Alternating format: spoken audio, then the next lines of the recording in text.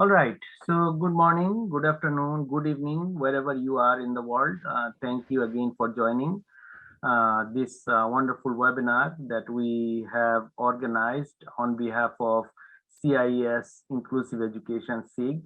My name is Shakil Malik. I am the global SIG chair for the CIES Inclusive Education SIG. I'm with my great colleague Archana Mahandel she is the co-chair of the SIG, and we are also we have a wonderful speaker. I'm going to introduce her in a second, but before that, I want to really say that this is one of the most difficult years, last 2 years for all of us around the world, personally and professionally. But we have really shown the resilience of humankind.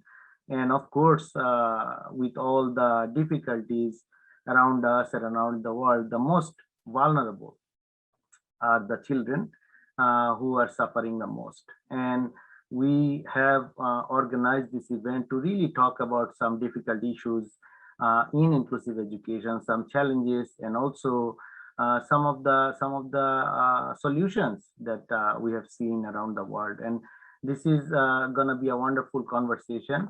With us today is our great colleague Zama Neff, and she is with Human Rights Watch. And I'm going to just give a little bit of intro about her. As you all see, Zama, your video is on. Yeah, I see your video is on now. Zama is the executive director of the Children's Rights Division of Human Rights Watch. She also co-chairs the Global Coalition to Protect Education from Attack, GCPEA. She has conducted fact-finding investigations and is the author of reports and articles on a range of issues affecting children, including access to education, police violence, refugee protection, the worst forms of child labor, and discrimination against women and girls. She has published on op-ed pages in major international US publications, speaks regularly to the media. During a sabbatical, she ran a protection monitoring team for the Norwegian Refugee Council in Sri Lanka. Before joining Human Rights Watch in 1999, she clerked for a US federal judge, advocated on behalf of immigrants and refugees in the US, and worked with community development and women's organizations in Honduras. She's a graduate of Davidson College and New York University School of Law. With that intro, I will now hand over to Zama. Just a little bit of logistic. I am really happy to see a lot of audience here.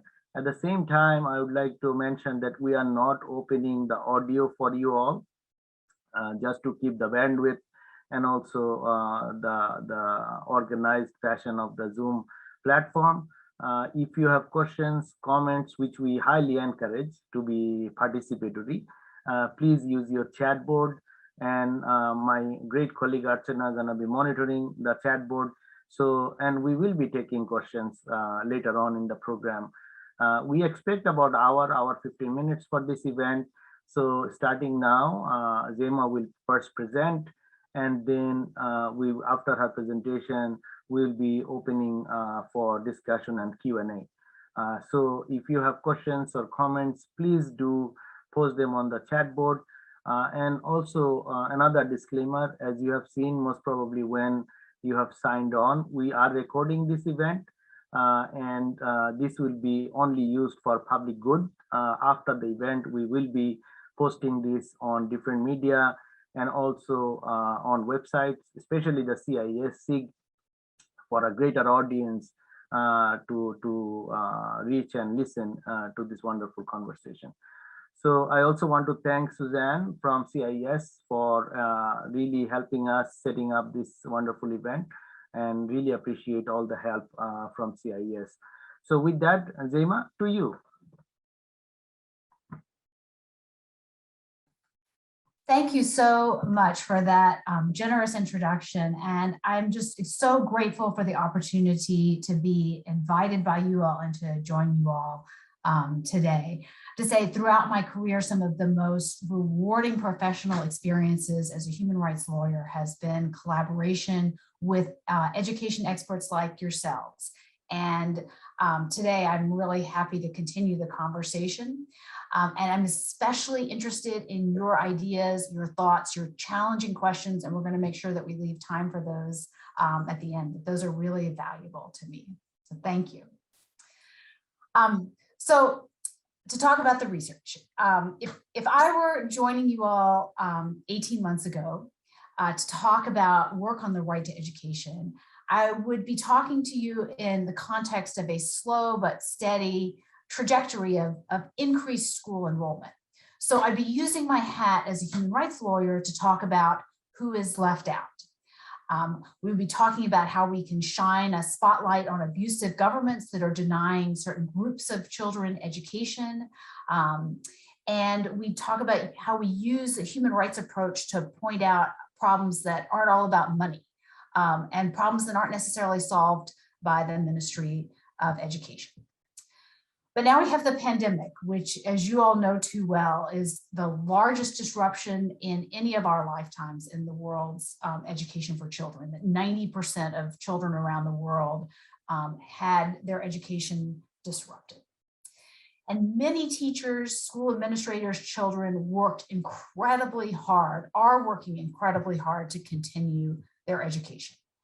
There are children like 17-year-old Mia Sulastri, who lives on the island of Borneo in Indonesia. She told us that she travels 24 kilometers by motorbike 4 times a week to find a strong enough cell phone signal to get WhatsApp messages from her teachers and to email back her assignments. But in too many places, teachers are working so hard on a broken foundation. And while this pandemic may not have been foreseeable, it was foreseeable that any disruption would be met by schools that are ill prepared to deliver remote education to all students equally. And that's of course you all's area of expertise, which is inclusion and who is being left out. And in our work at Human Rights Watch, we have found that governments have for too long failed to address discrimination and inequalities in their education systems, even though going into this pandemic, they really should have known who was most at risk. Secondly, governments went into the pandemic failing to have ensured basic government services, such as affordable, reliable electricity in homes, much less access to the internet. This is really a moment where a focus on inclusion from the perspective of the human rights of all children to an education is so important, and I think still so underused. The right to education is very well established in international law, much less so in the area of pre-primary. That's a good area of improvement, but at least the right to primary and secondary education. And there are especially strong prohibitions in the law on regression of delivering that right. So there is a space in the law for countries to sort of progressively deliver more on the right to education based on their resources, but they have to show progress. And there's a really stark line on regression of going backwards in that right. And that's what we're really facing in too many places today.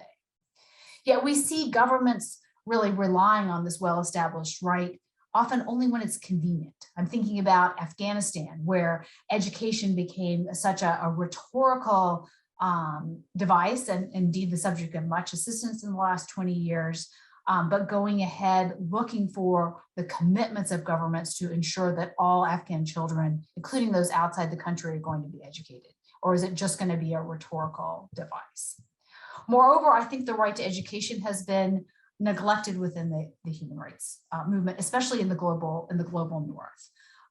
And so that's really critiquing my own profession, which I think is still too eager to leave the right to education and probably the rights of children more generally to development organizations. And that's really demonstrated in a really big gap in accountability for overall violations of children's human rights. So I think this is the moment where we need to address the right to education and the denial of right to education as the crisis that it is, using the strong tools of a human rights approach and understanding that, that the house is on fire when it comes to children's future and education. So what I want to do with my time is to tell you about the research that Human Rights Watch has been doing in the last year, talk about what we found about who has been hardest hit, although every learner has been hit by the pandemic. I want to spend a little time on the digital divide, and then share with you some of the things that we have been recommending, and then really have time to hear your ideas, because the purpose of this research isn't hand-wringing. It isn't just to point out what's going wrong. It's about trying to produce the change that will address those problems. And the stakes are really high. When schools closed last year, our researchers at Human Rights Watch were also grounded, some more temporarily than others. And we had to really shift gears about what we had been documenting. We've been working on the right to education now for several decades. So we knew a lot about who was already vulnerable, but this, of course, was much broader. And what we set out to do using staff throughout the organization was to get a snapshot of what was happening during the pandemic.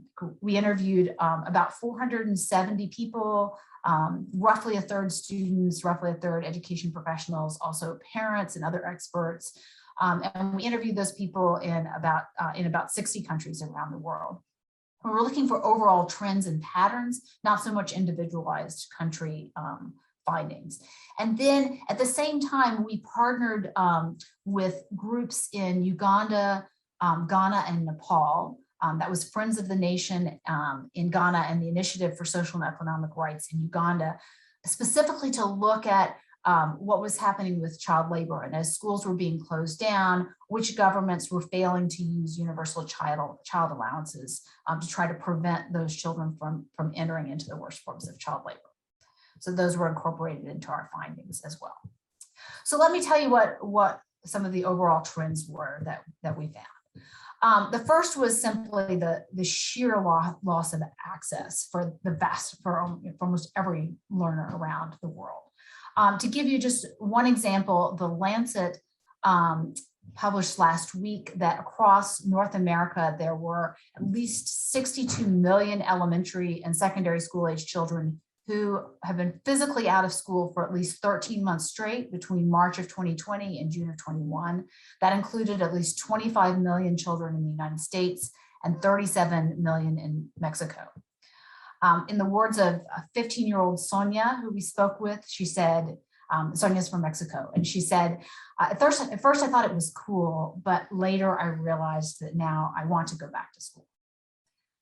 Now, many teachers deployed a whole array of distance learning techniques, work packets that they distributed by hand, online teaching, sending assignments out by email, online messaging services, some really heroic efforts, often at the teacher's own expense. But when schools closed, many children, in the words of a teacher from a primary school northwest of Paris, many kids dropped off the grid. And that teacher told us that out of their school of 260 students, 40 to 50 children were no longer responding, were no longer returning their homework. In India, a survey was released this Monday that found that only 28% of rural school children were studying regularly, in another example. And for many children, this loss will be permanent. UNESCO, the UN Cultural Organization, estimates that about 24 million children may not return to school. Those are children who began working, who got married, who took on new family obligations, who just got disillusioned with education or felt like they couldn't catch up, or they aged out of free or compulsory education that was guaranteed under their country's law. So they would lose that last year. Moreover, the closures did not affect children equally. It was like, the pandemic was like, I would say, inequality on steroids. It took the inequalities that were already existing and grossly exaggerated them. So the kids who were already missing out, all or part of their education, often did much worse. So let me give you some examples. For example, we spoke with indigenous children who were already facing systematic discrimination and marginalization before the pandemic. And that discrimination and marginalization had resulted in lower incomes, had resulted in lower levels of education within their own families, underinvestment in infrastructure in areas where people lived. And then the pandemic hit. And they were affected, for example, like a 15-year-old girl named Annie Sneaky, who is a member of the Grassy Narrows First Nation in Ontario, Canada.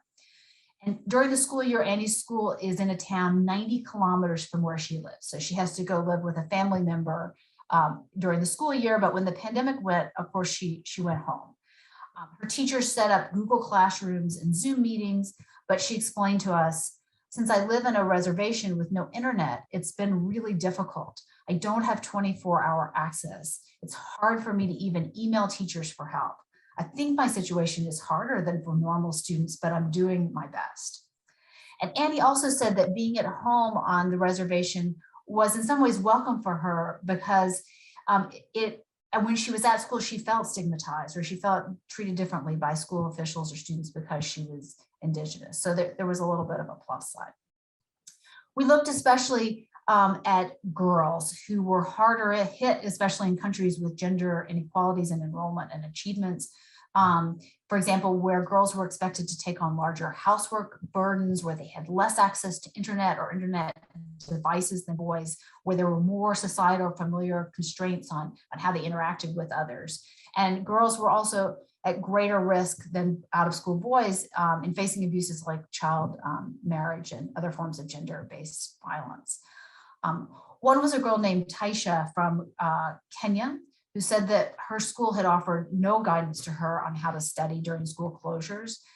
So she tried to get in touch with a teacher, and he said he would not be able to go to anyone's home, but we could come to his house. As girls, we feared going to his house, but I hear the boys have been going. She also said that sometimes she watched classes on television, but she couldn't even attend all the classes on TV because of her chores at home. She lives with two grandmothers who rely on her for their care. Of course, this didn't just affect girls. There were also boys who were caring for siblings and unable to attend school. We spoke with a teacher in rural Mexico who described a 12-year-old boy who was her student. And she said his mom would leave at 5 in the morning and he had to take care of his 3-year-old brother. It was clear that he didn't have time to do the assignments that I sent. He had to give his brother food, straighten the house, watch him in the street. My student had stopped becoming a student to become a father to his brother. We spoke with children with disabilities and also with their families. We found that schools sometimes curtailed the accommodations that those children had in place in school, in some cases abandoning their individual education plans, abandoning therapy services when schools went remote. There were special issues with digital access. For example, we spoke with a mother in Armenia who told us about her grade 7 son who had a hearing disability. And he was trying to attend classes on Zoom on a smartphone. She said, it's very hard for him to see sign language via phone. Imagine watching it on the phone and imagine also the phone screen divided into 7. We spoke with LGBT and gender diverse children, and those children described different kinds of consequences. For some of those children, being away from school meant that they also were away from bullying and mistreatment from fellow students and even from teachers. But for others, it meant being removed from a school environment where they felt free to express their identity and also to receive support. So for example, Ale, a non-binary trans teacher who's working in a secondary school in a small town in Italy, told us that during remote learning, they said, the only thing you can do is to talk to the student, but the student is at home. So who hears him talking? Does he have space of his own? If he doesn't have it, can he tell you? It's not difficult, it's very difficult. We looked at children also living in areas affected by armed conflict. And I think for me, this is really summed up by an account from a father in northern Iraq. He told us that none of his 5 children ages 8 to 15 had received any education since schools closed in February until June of 2020 when we spoke with him. And he said to us, let me talk about my oldest son. He is 15 years old. He's supposed to be in 9th grade, but he is in 6th grade because we are living under Islamic State territory for 3 years and schools were closed. And then for 1 year, we were living in a camp for displaced families south of Mosul. He lost 4 academic years. We returned to our town in 2019, and it took another 3 months until the school officially opened because there was a lack of teachers and stationery and books. He started school again in December. He only studied for 80 days or less, and then we had this corona pandemic crisis. We are moving from one crisis to another, and the children are paying the cost. He is in 6th grade, and he doesn't even know how to write his own name, and it's not his fault. So you can see sort of the compounding problems that when children, for example, living in conflict areas arrived at the pandemic, they were already deeply disadvantaged. We also found that when schools closed down in conflict-affected areas, the buildings became vulnerable in other ways. For example, we documented how armed paramilitaries took over a closed girls' primary school in Sudan's southern Kordofan state. They came in on vehicles, they dug trenches, they began to use it as a training base. And then when the school was supposed to reopen for students to sit for secondary school entrance exams, the paramilitaries did not let the children go to the school to take those exams. So there's this different kind of vulnerability that happened from vacant school buildings. We looked at displaced refugee, migrant, and asylum-seeking children. And already going into the pandemic, about half of all refugee children were excluded from school before the pandemic, many because of intentional decisions made by governments to keep those children out. In one example, we had documented how the government of Bangladesh refused to let Rohingya refugee children in Bangladesh have any access to formal education. But even during the pandemic, treatment was often unequal. So for example, in Greece, when mainland schools did reopen, refugee children in camps were often still barred from school. We looked at children who were living in rural areas, and for them, access to the internet was often an especially predominant problem. We talked, for example, with a primary school teacher in a village in Guatemala who said her school started distance learning simply by putting up posters outside that said, "Please do some reading." In rural areas, there's often a lower level of parents' education to help with schooling. And it's also, these are also areas where it can be easier for children to transition into agricultural work.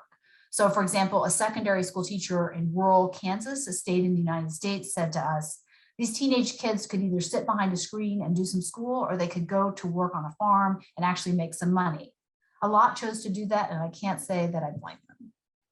And just note too, that's in the United States where there are weaker child labor laws specifically for children who are on farms than for all of their working children.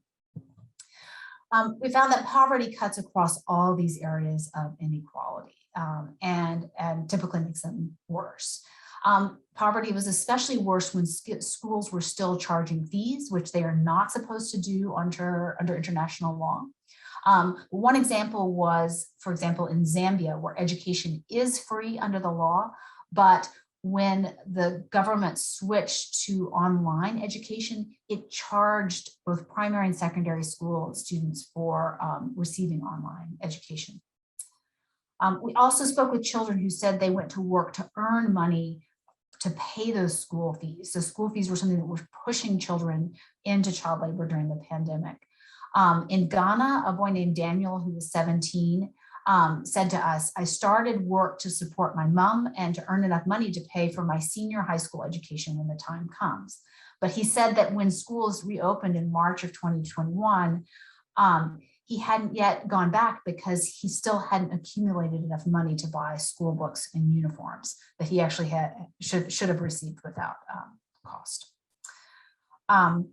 Where money could buy more education, which is so many places, that often led to that. I talked about that exaggerated inequality, widening of inequalities. And just one example was Sakura, a 14-year-old girl in Tokyo, Japan, who was attending a private cram school 3 times a week. It's a very common but costly practice among Japanese secondary school students who are training to pass exams. She said that during the lockdown, her public school only distributed written assignments, but her cram school provided 3 hours of videos a week, which she said made it a lot easier to understand the lesson. And she even said that about half of her classmates don't go to cram schools, and said, I feel the gaps will widen between those who go to cram school and those who don't. So parents who were able to buy supplemental education were in a vastly different position than those who could not. Continuing along the line of the effect of poverty, children felt, of course, space constraints to study, and often encountered parents who just had lower levels of education to support them right at the moment where parents were really called on to provide more support, an unprecedented amount of support in their education. One example is a gentleman we spoke with named, a woman we spoke with named Khadija, who worked as a part-time cook and as a cleaner, whose husband does swimming pool maintenance in Casablanca in Morocco. And she said, neither I nor my husband can read or write, so we can't help our daughters with school. Probably because he didn't read, her husband didn't realize that he was getting WhatsApp messages about school on his phone. She said from an unknown number, which annoyed him, so he deleted them, but those were actually directions from the children's teachers. It wasn't until they heard from a neighbor that the teachers were trying to reach out that way that the kids were able to finally get into distance learning. And of course, looking at these different categories, kids who are indigenous, from racial or ethnic minorities, already facing widespread discrimination, girls in areas where they're disadvantaged, LGBT kids, kids with disabilities, kids living in poverty, living in underserved rural areas, kids who who into more than one of these categories are often facing sort of barriers that compound.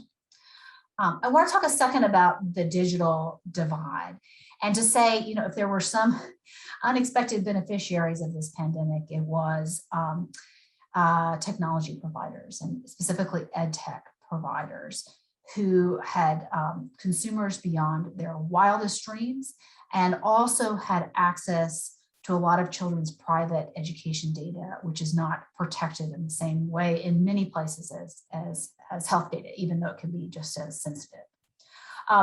But sort of starting with online or remote learning in the most basic way, many children didn't have either electricity or regular supplies of electricity in order to continue their education. So already starting with that failure of government, we documented this in Venezuela, in Bangladesh, in Lebanon. Other parents and children talked about being unable to access devices. A mother in Lagos, Nigeria, who was let go from the university where she cleaned because of the pandemic. She said, I don't have money to feed my family and I'm struggling to make ends meet. How can I afford phone and internet? According to UNICEF, 95 countries have been using television to deliver distance learning, but in many countries, children living in urban households are more than twice as likely to have a television than children in rural households. So again, that urban-rural divide. We spoke with a 15-year-old Somali refugee named Hamada, who was living in Jordan, who shared one phone with two siblings and their mother. And they said, one of us has to wake up early before the others to catch up with homeworks and exams. And then they would watch televised classes, but they said every day, two of us watch these TV lessons and take turns on it, and the other one has to sacrifice that day. So one TV class is running a different opposite each other. They couldn't all take their lessons. Similarly, teachers often didn't have devices or didn't have a budget to pay for data. A high school teacher in a small city in Serbia told us we were on our own. Talking specifically about internet, as of April 2020, UNESCO calculated the lack of internet at home was excluding about 706 million students, or 43% of the global student population. 56 million students couldn't use even mobile phones to access information because they didn't live in places that were covered by mobile networks. And worse, there are, of course, parts of the world where the government has intentionally shut down or restricted access to the internet. This violates a whole range of human rights, but it specifically violates children's right to access in education. So for example, in Jammu and Kashmir, the Indian government had shut down high-speed mobile internet services for 18 months. That affected children's ability to go to school. But even in places that did have access to the internet, there's the sheer cost. So we talked to, for example, Makina from Nairobi in Kenya, who talked about having to sort of triage, prioritize her internet data, and she would use it for math and science. And that meant that she couldn't use the data. She didn't have enough money to use the data for religious education, English, or Kiswahili. So she would just use her textbooks. In another example, we spoke with a principal at a predominantly Yupik student body in a community in Alaska, where about 56% of the population lives below the poverty line.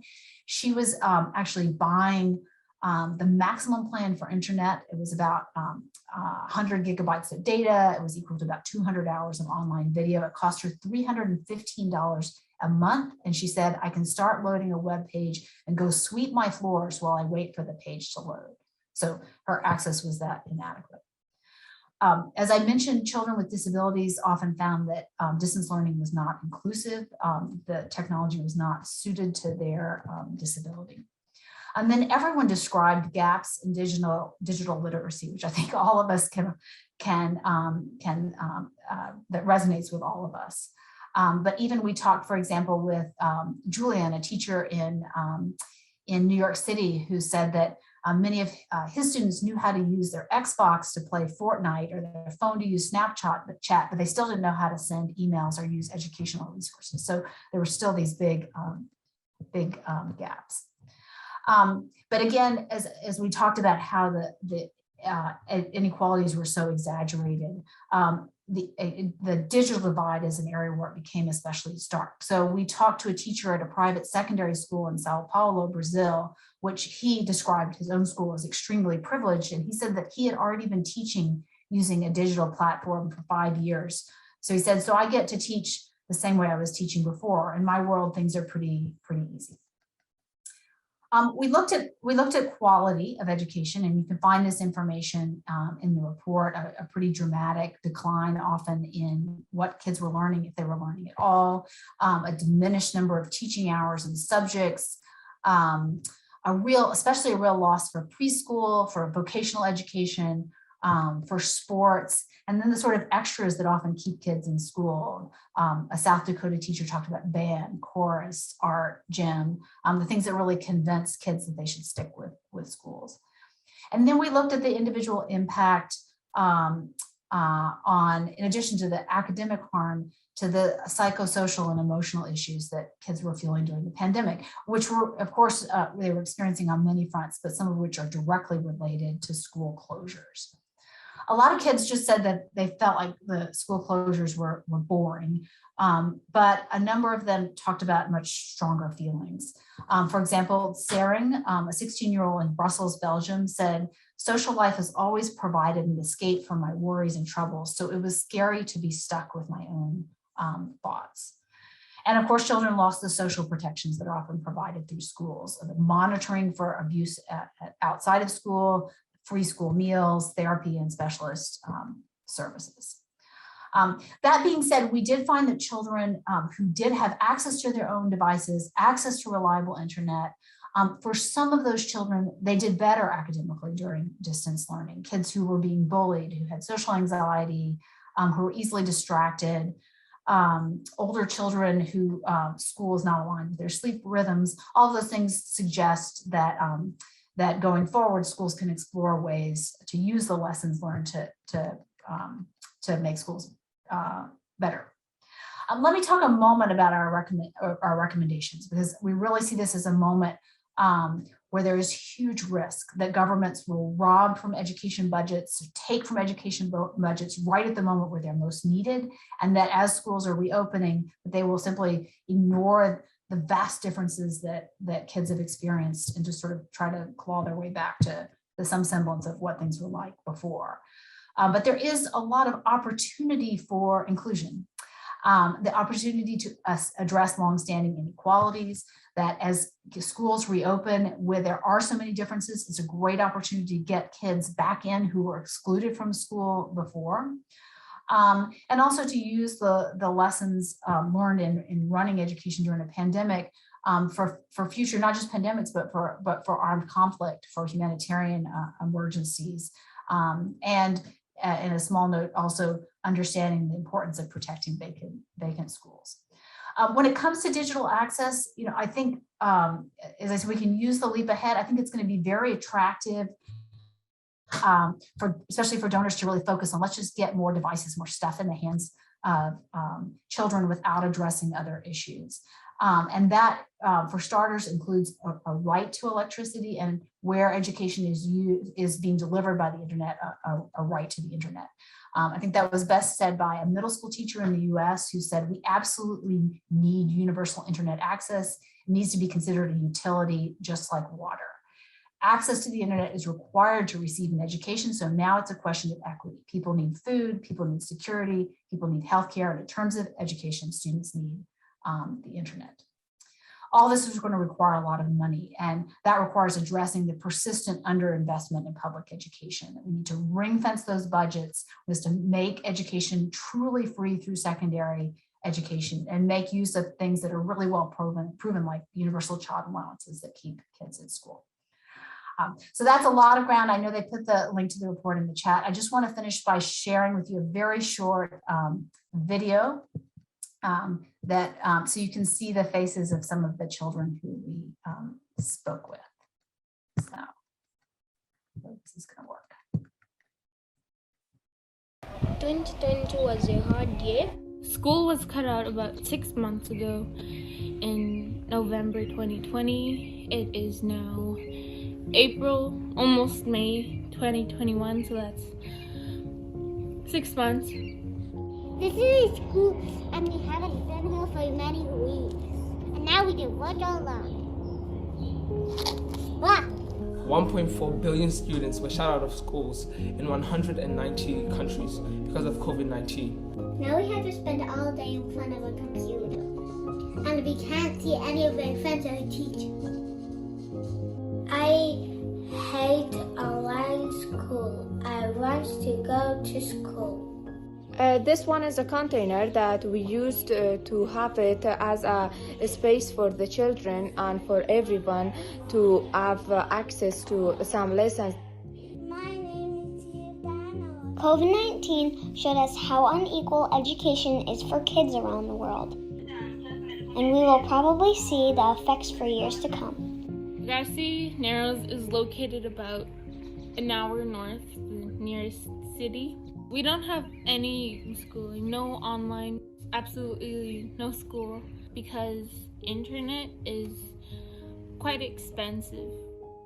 The introduction to online learning was a real struggle for me because I didn't have the digital equipment such as a smartphone, a laptop, or computer to access online school. Our school was shut down for 5 months and we weren't doing anything.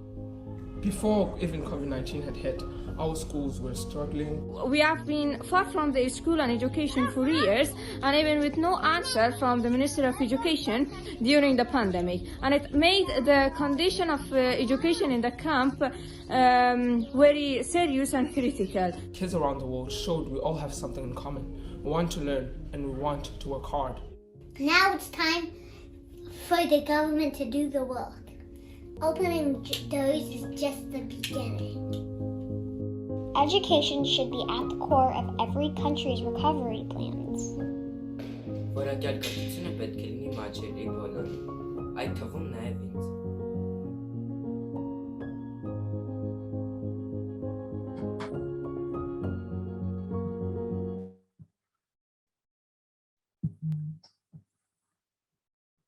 All right, I think with that, we'll have time for some questions, and I'm just really looking forward to your thoughts. Folks. Thank you so much, Zama. This is really such a vast amount of information from around the world, and the way the children are reacting, the parents are reacting, the community is reacting to education in this last 2 years. This is extraordinary, and really opened my eyes. I'm sure people are listening to this have a lot of thoughts and thinking and questions. So I'm going to hand over to Archana. Archana, do you have any comments or do you see anything that you want to reflect on? Yeah, thanks a lot, Zama. This was wonderful. In fact, as I think most of us have not been going out ourselves. So listening to the children's voices was really a strong reminder of where the gaps are, particularly this girl from Georgia, the 7-year-old girl who said, I hate online schooling. I want to go to school. I think that really summarizes what the children are experiencing right now. And in a way, children are rendered helpless because they are not able to directly voice their views. And governments, as well as people at a local level, whatever the level the decisions are getting made about whether the schools need to be opened or shut, are really trying to balance between various interests in terms of what is coming up from medical evidence, the kind of anxieties teachers have, and various pressures that the governments are trying to deal with. And in all this, children's voices seem to be completely lost. I see some of questions have started coming in the chat box, so I will first like to go and check if I could either read out, or in fact, I would request people, Chair, if you would like to unmute, if that is possible, Susan, if she can be allowed to ask her own question. Chair, please go ahead. Good evening from the Philippines. I'm from the University of the Philippines, and we're experiencing the same problems, inequality, because the main modality that the government is allowing is online or print-based module, distance learning using module. And from our study, it's not working, and the parents, especially the poorly educated parents, are struggling.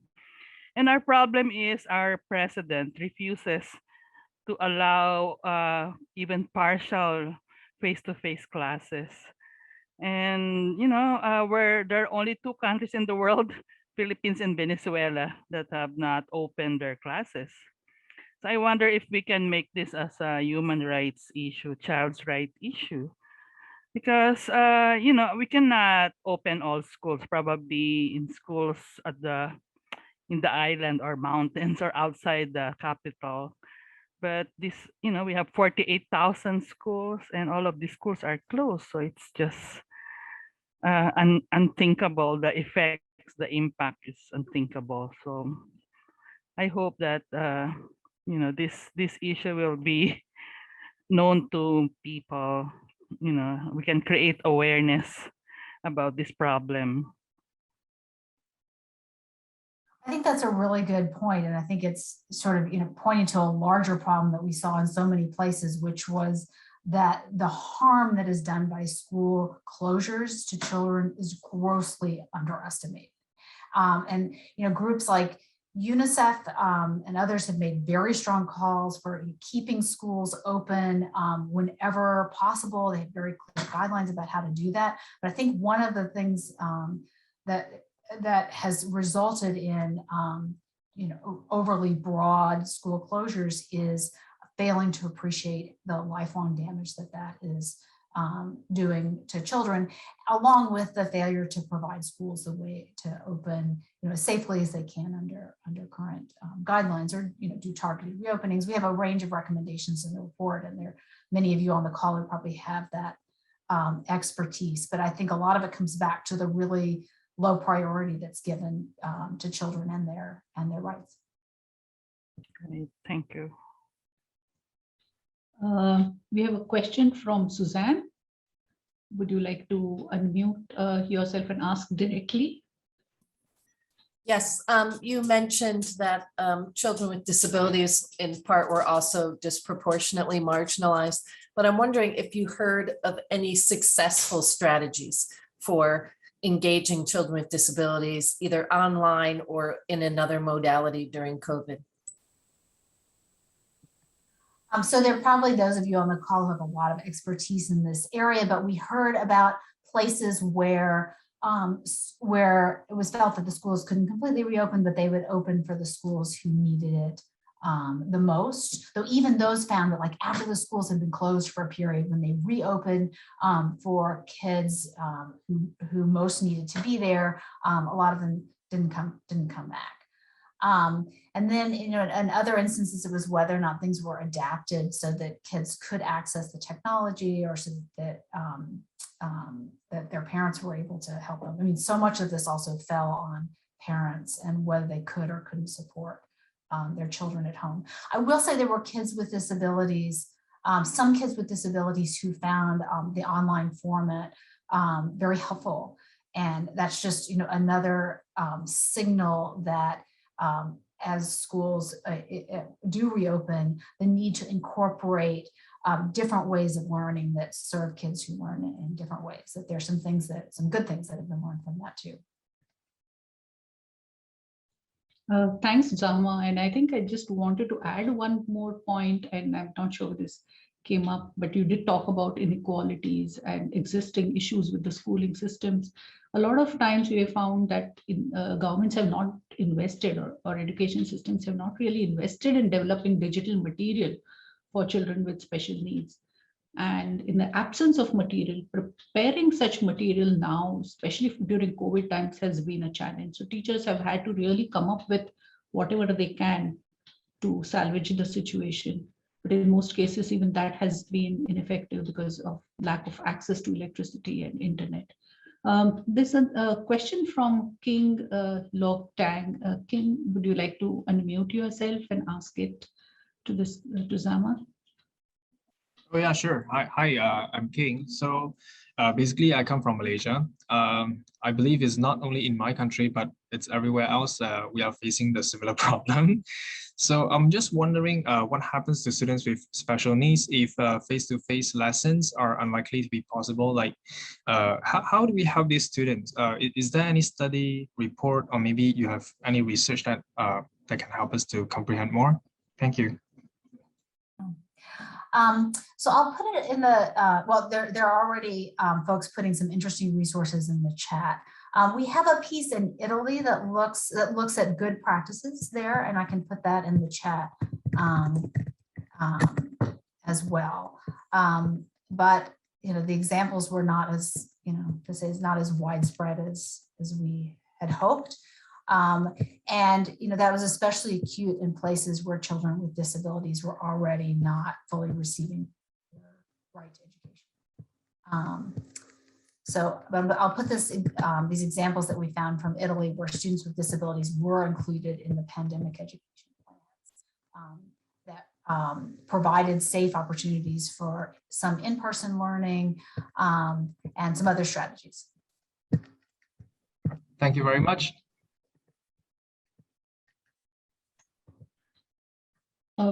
I think there is another question. I think let me just take an opportunity to ask myself. In the work that I've been associated with in the Indian context, there's a group that has been formed, Education Emergency Group, and across the country, people are also using social mobilization strategies and really picking evidence to look at how schools can be opened quickly and in a safe manner. But one of the things that stood out is there is a rush on the part of the governments to open high schools, and so that students are prepared to write exams, the board exams, the exams that get them into colleges. But when it comes to learning loss, we find the learning loss is a lot severe when it comes to younger children, when early childhood education is not being provided, when early elementary education is not provided in inclusive settings, of course. So how did you also come across this kind of impact, differential impact across the different levels of education? And the second question I have was, and I think it also came out in the video, is with regards to the social connection and emotional health of students, children, because learning loss is now being captured, and various studies pointing to that. But I'm not aware of studies that have tried to capture what has happened to the children's emotional well-being.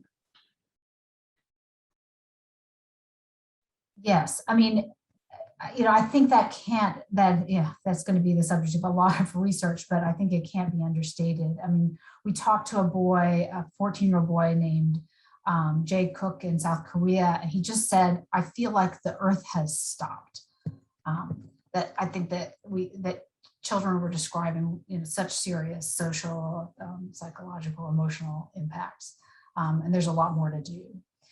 When it comes to especially pre-primary education, I'll say this is one where I'd love to hear your thoughts. It's an area that I'm really interested in part because when it comes to, this is the lawyer hat that I'm wearing. When it comes to the right to education, it's actually not that well established, even though the research on the value of pre-primary education is so overwhelming.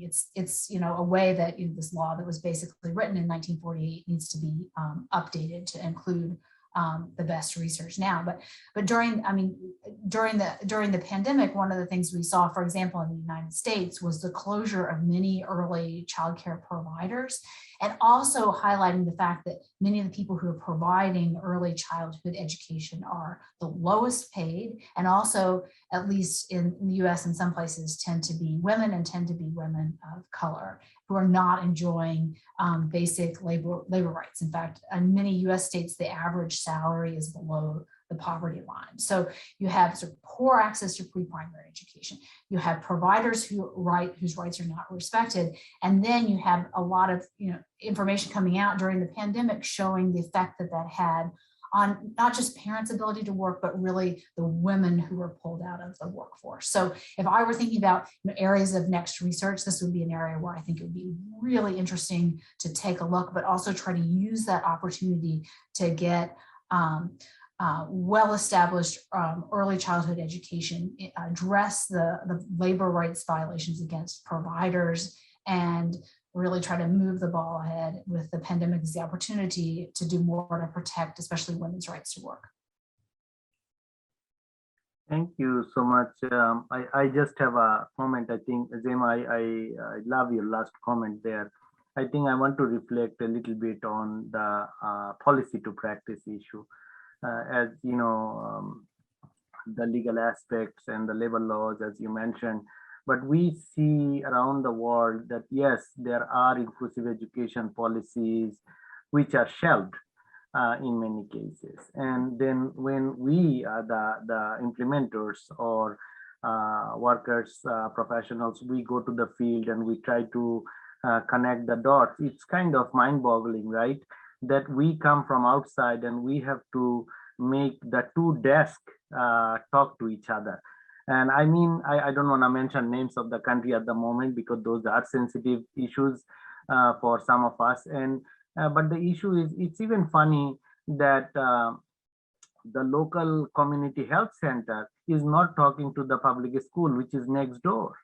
So I recently made in one country, I was able to make the connection with the health ministry and the Ministry of Education. I said, this is just not acceptable, my honorable ministers, that you both are not talking to each other. And the child who is suffering just needs a visit. And it could be cognitive, it could be physical disability issues, and just a fundamental support. And the health center is right there. But why two public government buildings, which is a school or the health clinic, are not talking to each other? And these are the same community and the same household that we serve, and so on. So there was not really a good answer to that. And yeah, I just wanted to highlight that because when and how long it will take for us to make these simple connections. Yeah, there is a political leadership, but let me quickly plug in a last question from King with regards to school leadership. And he's asking, how do school leaders lead or practice their leadership to ensure the inclusiveness among school community, and is it possible? So if you could kindly reflect on that, Zama. I think that is a question that is for the real education experts, for the service providers among you. And but I do sort of want to use that to say, I welcome this conversation, and I would really like to hear from you all. If you have critiques about the information that we have found about our reporting, if you have ideas about connections that we're missing, about ways that we can collaborate, I'm really interested to hear those thoughts. And I think I can't stress enough, I feel like what I'm really challenging us as an organization, but us as sort of a larger activist community, is to not miss this opportunity to really use this as a chance to do education different, to do inclusion differently, to be really sort of taking a dramatic step forward and getting kids back into school who were already out.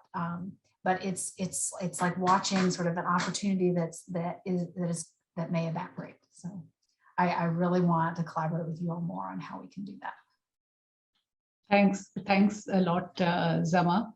Over to you, Shakil, for your final thoughts. And thank you so much. I think after Zama's talk, I really don't have any other wisdom to share. I think two issues that I remain concerned about, and I think we all do, which is one is the policy side, as we mentioned, and really taking it to the ground level, because we all work in both levels.